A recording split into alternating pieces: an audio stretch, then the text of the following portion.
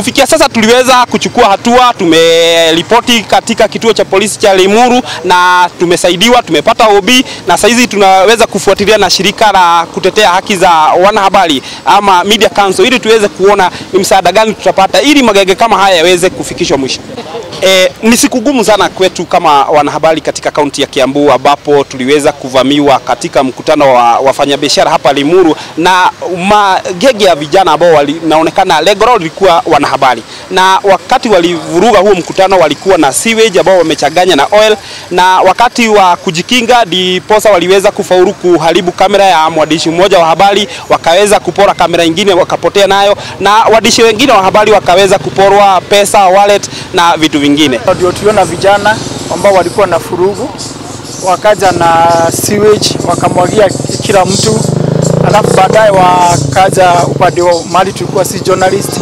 wakachukua kamera yangu wakaiharibu na wakapora kamera nyingine ya journalist wengine wenye tulikuwa na wao.